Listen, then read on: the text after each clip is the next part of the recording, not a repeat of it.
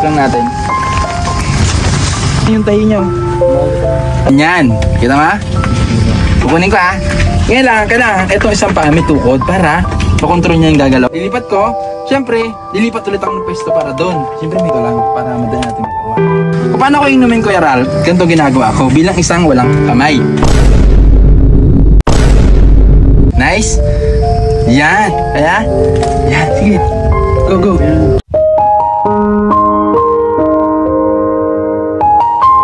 Sumubad nyo ba yung damit nyo? Hindi. Wait lang. Turuan ka ta. Ako mag-ano. Kiko lang sa kita.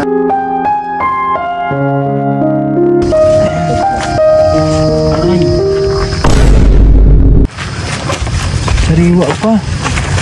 Bisa 3 years po. Ha? 3 years. 3 years na. Mga idol, yung kalagayan ni Ralph. Check lang natin.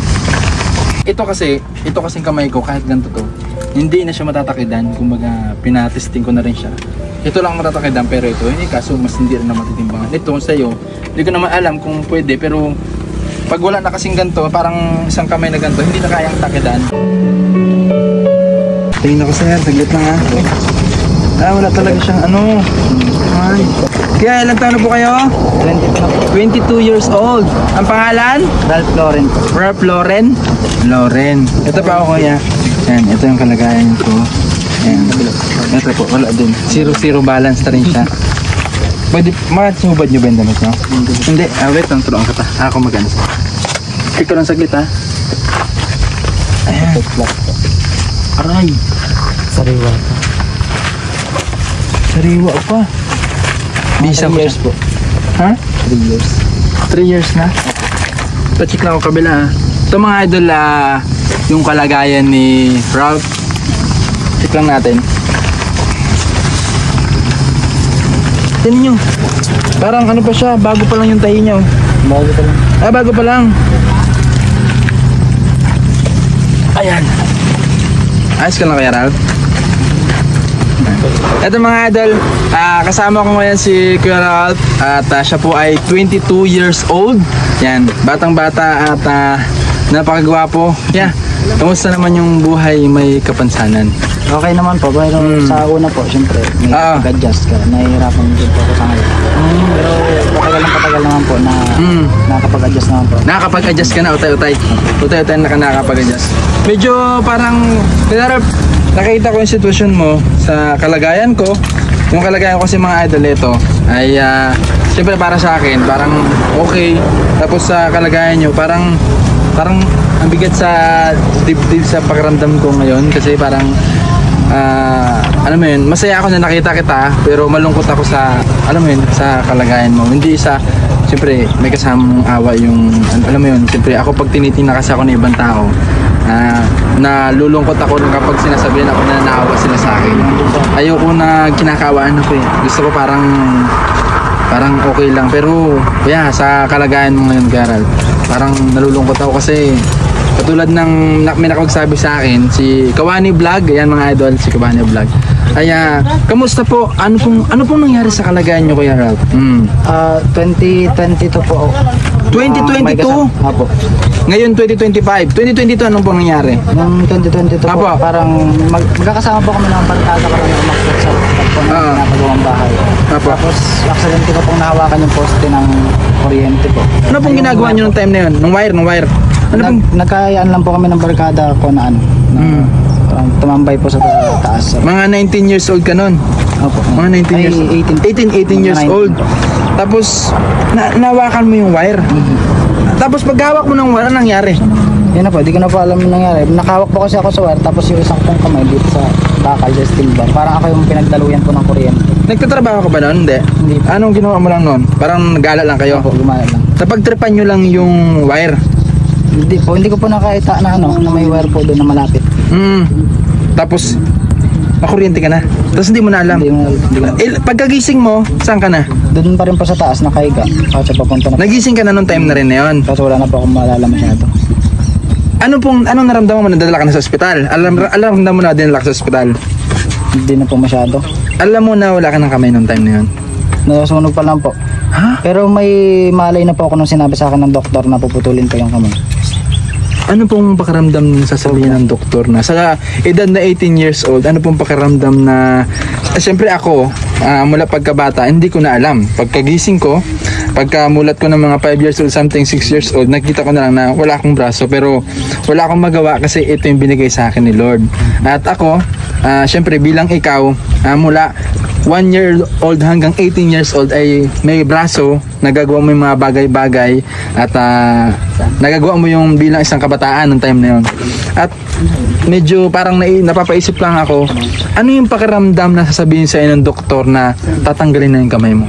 Sa akin po nung naramdaman ko po yun, sobrang sakit po sa ano ko kasi parang hindi ko po matanggap kasi matagal na rin po, 18 years ko din po dinala na may ako. Sa akin po, sa pakiramdam ko po sobrang sakit pero noong mga panahon po na yun, inisip ko na lang na okay lang siguro kasi may magandang plano si Lord sa akin kaya yun yung pinaka-the best. Lagi nating isama si Lord sa mga nangyayari sa buhay natin. Ano man yung pagkate, ano man yung lungkot at hirap na naranasan natin sa buhay, lagi nating isama si Lord na siguro may paraan, siguro may way kung bakit, may rason kung bakit ganito ang nangyayari sa atin. Kaya sa mga tao na nandito sa mga nakakapanood, huwag tayong mawala ng pag-asa. Ano man yung binigay sa atin, ano man yung kalagayan natin, lagi natin ipag sa Diyos na siguro may plano si Lord para sa atin na mas maganda para sa atin. Tama, Kuya Ralph? Kuya Ralph, tapos yung time na wala ka ng braso, ay, syempre, upo tayo dito, kuya. Syempre, medyo mahirap ang kalagayan nyo. Kasi syempre, una, siguro magtataka kayo, paano si Kuya Ralph uminom ng tubig? Kuya Ralph, paano ka uminom ng tubig? Wait lang, Kuya Ralph, kunan kita ng tubig ha. Marunong ka magkuha ng tubig? Kaya mong galawin yung paa mo? Hindi mo pa kaya? Hindi kasi sanay eh. Pero Kuya Ralph, ngayong araw ay bibigyan kita ng tubig. Ipapakita ko sa inyo, siguro hindi sa ngayong araw o hindi sa ngayong taon mo ito magagawa, pero bibigyan kita ng konting idea kung paano gawin ng walang braso ang kumuha ng tubig. Pakita mo yung paa mo. Okay naman yung paa niya, mga idol, kasi yung paa ko injured. Eto, okay naman yung paa niya. Yan. Ito, Kuya Ralph, papakita ko sa iyo. Ganto ang technique ko, Kuya Ralph, kung paano ako kumuha ng tubig. Siyempre, kailangan ko ng may tangkay para hindi ako masyadong mahirapan. Kaya upo tayo para medyo Kaya ikukunin ko to. Ayan, ganito. Kunin ko. Ayan, nakuha ko na. Ayan, ikaw, Kuya Ralph, try mo. Ayan, kaya man. Nice one. Baba mo konti. Balik mo doon. Ayan, okay. Lahat ng bagay lagi mong tandaan, mapapag-aralan.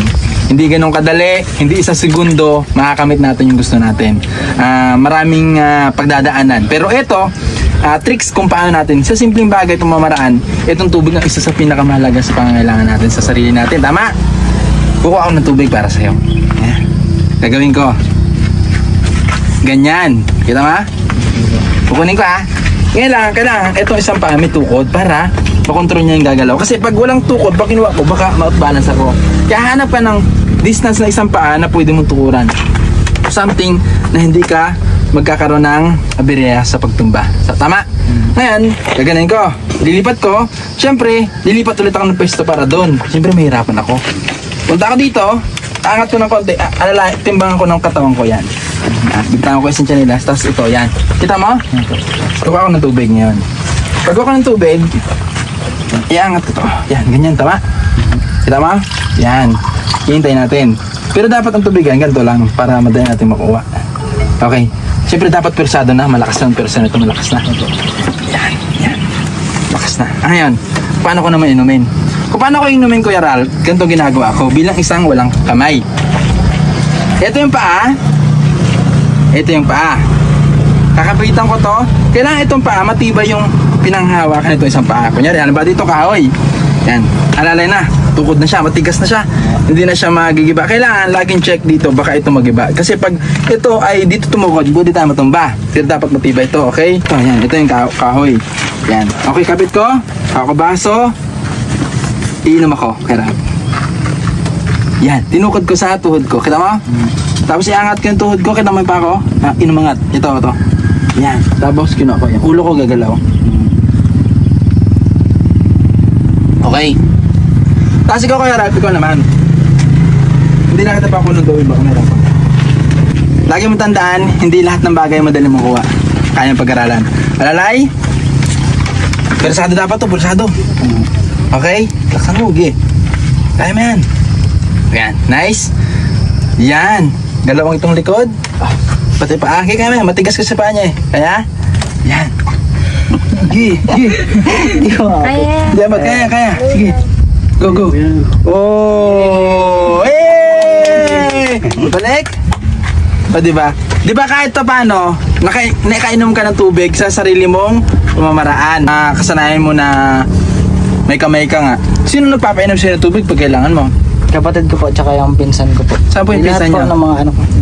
Kung sino mga kasama mo, tinutulungan ka. Ganoon lang ulit sa pagkain.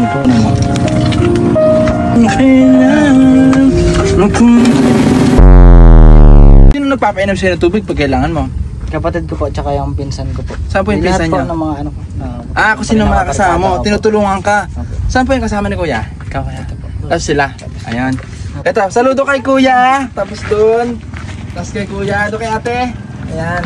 Saludo po sa lahat ng kasama ni Kuya Ralph. At kung sino man po kayo, maraming salamat. Isa po kayo sa kamay ni Kuya na kahit paano para kahit paano yung kanyang kalagayan na nasanay siya na may kamay. Kayo po yung pampalubag ng kanyang puso na masakit sa dibdib niya na mawalan, masakit sa puso niya. Pero imbis na sumuko siya, nandyan kayo para tulungan siya at para alalayan sa mga bagay-bagay. Nag-aaral ka ba? Hindi na. Hindi mo na tinuloy? Anong year natapos mo? First year college pa lang po. First year college. Pag-aralan mo, pagsulat, ganitong sulat. Ito. Sulat pa. Yan. Aralan mo siya. Pag-aralan mo lagi pa. Ito na kailangan mo. Ito kasing kamay ko, kahit ganito to, hindi na siya matatakidan. Kumbaga, pinatesting ko na rin siya. Ito lang matatakidan, pero ito, hindi kaso mas hindi rin na matitimbangan. Ito sa'yo, hindi ko naman alam kung pwede, pero pag wala na kasing ganito, parang isang kamay na ganito, hindi na kayang takidan, na ano mo din? Sinabi na rin, hindi na siya kaya, kasi ubos na siya, ubos na. Kaya pero sabi nga, huwag tayong wala ng pag-asa dahil hanggat may buhay, may pag-asa. Bata ka pa lang Kuya, marami ka pang maranasan. At tama sinabi mo kanina, may plan si Lord para sa'yo. May planong iba na para sa'yo. At siguro yung braso ay hindi, may way ang bawat bagay-bagay na nangyayari. Kaya, Kuya, kung paano kumain kanina, ganito lang din kumain ha. Turuan lang kita Kuya, para pag-uwi mo sa inyo, pag-aralan mo, no? Ito, paano kumain. Bubuksan ko, siyempre nalalayan ko na isang paa. Pero mas maganda Kuya pag nakalapag na parang ganito. Para mas, yan. Yan, nakaganyan. Yan, nakaganyan ka. Ito nga, buksan mo. Diskarte kailangan. Para pag ikaw lang mag-isa, magagawa mo yung bagay-bagay. Tama? Minsan ba nagpa-practice ka na magsarili? Opo. Nagpa-practice ka? Nagkakaya mo naman? Mahirap po, hindi ko maabot. Nahirapan ka. Pero mas maganda pag yung ako kasi, minsan kasi Kuya, pag ako, di ba may kasama na ako, mas gusto ko minsan na ako lang yung gumagawa. Kasi yung asawa ko, sabi nga na iba, ba't di daw ako tinutulungan na asawa ko, ay may asawa naman daw ako, may partner. Ay, sabi ko, gusto ko, ako lang talaga minsan kadalasan ang gumagawa para kahit paano. Yung alam mo yun, kahit wala akong kamay, hindi ako umasa sa ibang tao. Pero hindi na makita kasi bago pa lang ikaw. Alam ko naman na, pero saludo ako sa lahat ng mga nakasama tumutulong sa'yo. Pag-aralan niya na, ito, kukunin ko itong pagkain. Kailangan persado to lagi, itong persado. Depende siguro kung anong gamit mo, kanang kaliwa kanan. Yan, kapit lang nito, yan. Kapit nito. Yan, ito. Kapit, ipit, persa. Kailangan may tibay agad, persado agad. Tapos alalay para hindi siya tapos kukunin ko to. Yan. Ganun lang ulit sa pagkain. Tutukod ko to, tapos gaganon ko to. Tapos ganon lang ulit, tukod lang ulit. Kung gusto mo naman, kaso medyo matigas to sa'yo. Diba? Parang matigas likod mo, no? Ramdam ko sa likod mo, matigas na. Okay. Ay, kaya din. Pero kaya din. Ganyan, yan. Ganyan, kukunin mo. Ganyan. Tulang ko lang. Hanggang kailan dahil Kuya, yung sa atin sa kalagayan natin, diba? Akala natin tayo na yung parang aping-api. Pag mas na may mga kapansanan, hindi ko naman sinano. Pero mas matindi pa yung kalagayan sa atin. Pero tayo, swerte pa din kasi nakikita natin sila, nakakita tayo, nakagawa tayo ng kahit anong bagay, may kaibigan tayo. Pero yung iba, kahigaan na lang, kumbaga wala nang silbi na lang, hanggang na lang sila, inaalagaan na lang sila. Tayo, nakakalakad pa tayo, nakakapunta pa tayo kung saan natin gusto. Ano masabi mo sa kanila, sa mga PWD? Sa mga ibang PWD pa, masasabi ko lang sa inyo kahit na na kung ano pa man yung maranasan natin sa buhay, palagi lang po tayo magpakatatag at palagi lang natin ibigay yung buhay natin kay Lord. Yun. At palagi po natin kasama si Lord at palagi po natin tatandaan yung sabi nga kanina, may plano si Lord para sa atin na mas maganda pa. Pasensya na sa makakayano ko ngayon. Para sa ito, tanggapin mo ay yung oops. Ayan, kapitan natin din. Yan. Thank you po. Ako na maglagay sa bulsa mo yan. Baka mawala. Ayan. Ito mga idol. Pakuhaan na natin sa kaibigan mo na para hindi siya ano. Ayan. Ang laki nun. Ayan. Ang laki. Bato. Ayan. Thank you so much. Thank you brother. Ayan. Ingat ka po natin at tuloy lang at patuloy lang at huwag sumuko. Tama? Bye bye. Ayun po. You.